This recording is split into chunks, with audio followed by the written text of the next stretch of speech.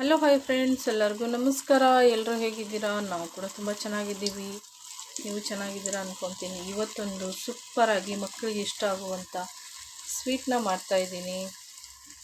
ತುಂಬ ಚೆನ್ನಾಗಿರುತ್ತೆ ತಿನ್ನೋಕ್ಕೆ, ಮಕ್ಕಳಿಗೆ ಕೂಡ ತುಂಬ ಇಷ್ಟ ಆಗುತ್ತೆ. ಇದನ್ನು ಯಾವ ಥರ ಮಾಡೋದು ಅಂತ ನೋಡೋಣ.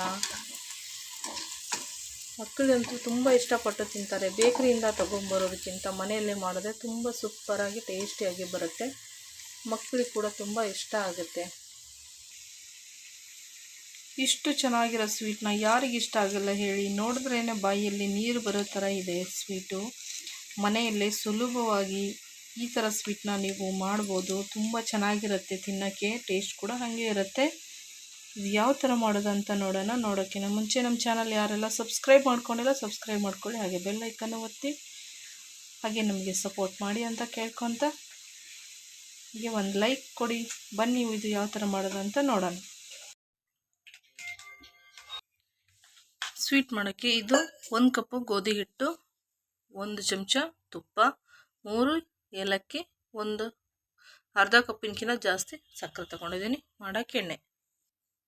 ಇಲ್ಲಿ ನಾನು ಚೂರು ಉಪ್ಪನ್ನ ಹಾಕ್ತಾಯಿದ್ದೀನಿ, ಸುಮ್ಮನೆ ಟೇಸ್ಟಿಗೆ ಉಪ್ಪು.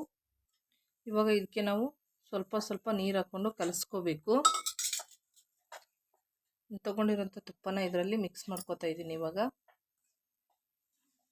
ತುಪ್ಪ ಹಾಕೋದ್ರಿಂದ ಸ್ವಲ್ಪ ಟೇಸ್ಟು ಚೆನ್ನಾಗಿರುತ್ತೆ ಅಂತ, ತಿನ್ನೋಕ್ಕೂ ರುಚಿನೂ ಇರುತ್ತೆ, ಆರೋಗ್ಯಕ್ಕೂ ಒಳ್ಳೆಯದು. ಹಾಗಾಗಿ ತುಪ್ಪನ ಹಾಕ್ಕೊಂಡು ನಾವು ಇವಾಗ ಮಿಕ್ಸ್ ಮಾಡ್ಕೊಳ್ಳೋದು.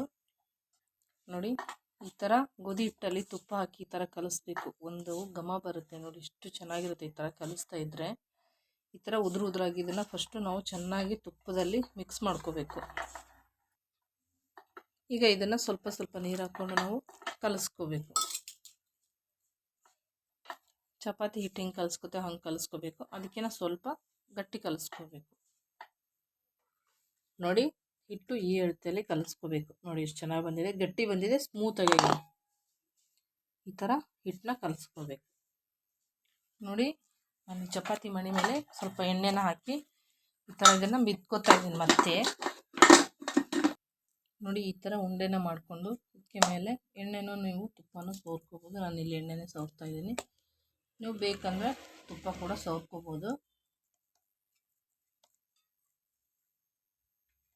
ನೋಡಿ, ಚಪಾತಿ ಥರ ಈ ಥರ ಲಟ್ಟಿಸ್ಕೋಬೇಕು. ತಿಳುವಾಗಿ ಲಟ್ಟಿಸ್ಬೇಕು, ಪೂರ್ತಿ ತಿಳುವಾಗಿ. ನೋಡಿ, ನಾನು ಚಪಾತಿ ಮಣಿ ಎಷ್ಟು ದೊಡ್ಡದಿದೆ ಎಷ್ಟು ದೊಡ್ಡದಾಗಿ ಲಟ್ಟಿಸ್ಕೊಂಡು, ನಿಮ್ಮ ಚಪಾತಿ ಮಣಿ ಎಷ್ಟು ದೊಡ್ಡದಾಗಿರುತ್ತೋ ಅಷ್ಟು ದೊಡ್ಡದಾಗಿ ನೀವು ಲಟ್ಟಿಸ್ಕೊಳ್ಳಿ. ಅಂದರೆ ಇದು ಬೇಗ ಆಗುತ್ತೆ ಅಂತ ಈ ಥರನ ಮಾಡ್ತಾ ಇರೋದು. ಇದ್ರ ಮೇಲೆ ನಾನು ಎಣ್ಣೆನ ಹಾಕ್ತಾಯಿದ್ದೀನಿ. ಇವಾಗ ನೀವು ಬೇಕಂದರೆ ತುಪ್ಪ ಕೂಡ ಹಾಕೋಬೋದು. ನಾನು ಚೆನ್ನಾಗಿ ಎಣ್ಣೆನ ಇದ್ರ ಫುಲ್ಲೆಲ್ಲ ಸವರ್ಕೋಬೇಕು. ಈ ಥರ ದೊಡ್ಡದಾಗಿ ಮಾಡೋದ್ರಿಂದ ನಮಗೆ ಬೇಗ ಆಗುತ್ತೆ. ಹಾಗಾಗಿ ಇದನ್ನು ಈ ಥರ ದೊಡ್ಡದಾಗಿ ನಾನು ಮಾಡ್ಕೊಂಡಿದ್ದೀನಿ. ಈ ಥರ ನೋಡಿ ಹಿಟ್ಟನ್ನ ಹಾಕ್ಕೋಬೇಕು. ಈ ಥರ ಹಿಟ್ಟು ಹಾಕ್ಕೊಂಡಿದ್ನೆಲ್ಲ ಈ ಥರ ಫುಲ್ಲು ಮಾಡ್ಕೋಬೇಕು. ನೋಡಿ, ಈ ಥರ ಎಲ್ಲ ಫುಲ್ ಹಿಟ್ಟು ಹಾಕ್ಕೊಂಬಿಟ್ಟು ನೋಡಿ ಇದನ್ನು ಈ ಥರ ಸುತ್ತಬೇಕು. ನೀಟಾಗಿ ಇದನ್ನು ಹತ್ತಿಯಾಗಿ ಸುತ್ಕೊಂಡು ಬರಬೇಕು. ನೋಡಿ, ಈ ಥರ ಉದ್ದಕ್ಕಾಗೆ ಮಾಡಬೇಕು.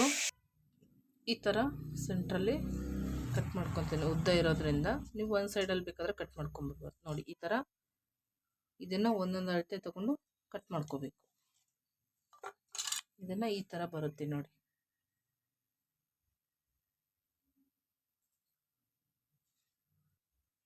ನೋಡಿ, ಈ ಥರ ಬರುತ್ತೆ ರೌಂಡ್ ಸುತ್ತೋದ್ರಿಂದ. ನಾನೆಲ್ಲನೂ ಈ ಥರ ಇವಾಗ ಕಟ್ ಮಾಡ್ಕೊತಾ ಇದ್ದೀನಿ.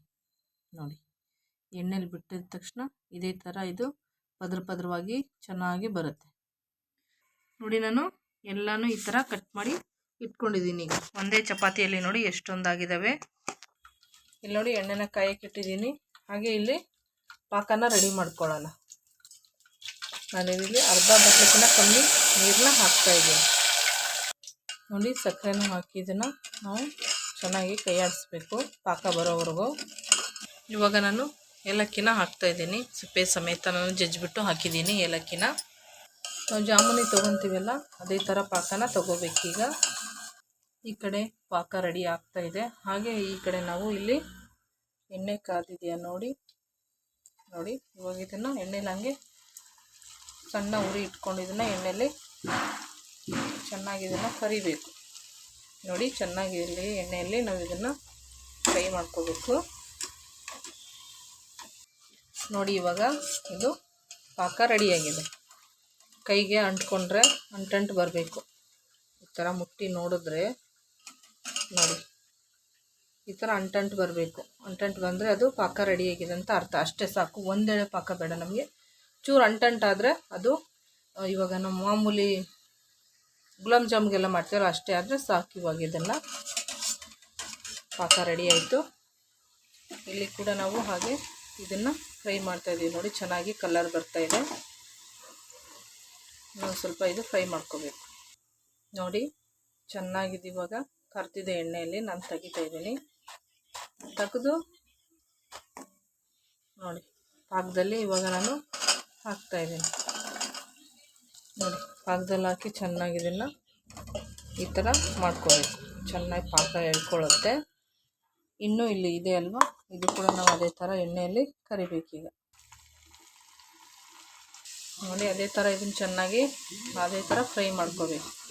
ನೋಡಿ ಇದು ಕೂಡ ರೆಡಿಯಾಗಿದೆ. ಇದು ಕೂಡ ನಾನಿಲ್ಲಿ ಪಾಕದಲ್ಲಿ ಹಾಕ್ತಾಯಿದ್ದೀನಿ. ನೋಡಿದ್ರಲ್ವಾ ಸ್ವೀಟ್ನ ಎಷ್ಟು ಚೆನ್ನಾಗಿ ಎಷ್ಟು ಸುಲಭವಾಗಿ ನಾವು ಮಕ್ಕಳಿಗೆ ಮಾಡಿ ಕೊಡ್ಬೋದು ಅಂತ. ತುಂಬ ಟೇಸ್ಟಾಗಿ ಸೂಪರಾಗಿರುತ್ತೆ. ಮಕ್ಕಳಿಗೆ ನಾವು ಮನೆಯಲ್ಲಿ ಬೇಕ್ರಿಕಿನ ಸೂಪರಾಗಿ ಅದಕ್ಕಿಂತ ಟೇಸ್ಟು ಚೆನ್ನಾಗಿರೋದನ್ನು ಸ್ವೀಟ್ನ ಮಾಡಿ ಮಕ್ಕಳಿಗೆ ಕೊಡ್ಬೋದು. ತುಂಬ ಚೆನ್ನಾಗಿರುತ್ತೆ. ಮಕ್ಕಳಿಗೆ ಕೂಡ ತುಂಬ ಇಷ್ಟ ಆಗುತ್ತೆ. ನೋಡಿದ್ರಲ್ಲ ಯಾವ ಥರ ಮಾಡಿದ್ದು ಅಂತ. ಎಲ್ಲರಿಗೂ ಇಷ್ಟ ಆಯ್ತು ಅನ್ಕೊತೀನಿ. ಯಾರಿಗೆಲ್ಲ ಇಷ್ಟ ಆಯಿತು ಒಂದು ಲೈಕ್ ಮಾಡಿ. ಇದೇ ಥರ ಈಜಿ ರೆಸಿಪಿಗಾಗಿ ತುಳಜಾ ಅಡುಗೆ ಚಾನಲ್ನ ಸಬ್ಸ್ಕ್ರೈಬ್ ಮಾಡ್ಕೊಳ್ಳಿ. ಹಾಗೆ ಬೆಲ್ ಐಕನ್ ಒತ್ತಿ ನಾವು ಹಾಕೋ ವಿಡಿಯೋನ ನೋಟಿಫಿಕೇಷನ್ ಬರುತ್ತೆ ನಿಮಗೆ. ಫಸ್ಟ್ ವಿಡಿಯೋ ನೀವೇ ನೋಡ್ಬೋದು. ದಯವಿಟ್ಟು ಎಲ್ಲರೂ ಸಪೋರ್ಟ್ ಮಾಡಿ ಅಂತ ಕೇಳ್ಕೊತಾ ಇದ್ದೀನಿ. ಥ್ಯಾಂಕ್ ಯು ಎಲ್ಲರೂ ವಿಡಿಯೋ ನೋಡೋದಕ್ಕಾಗಿ.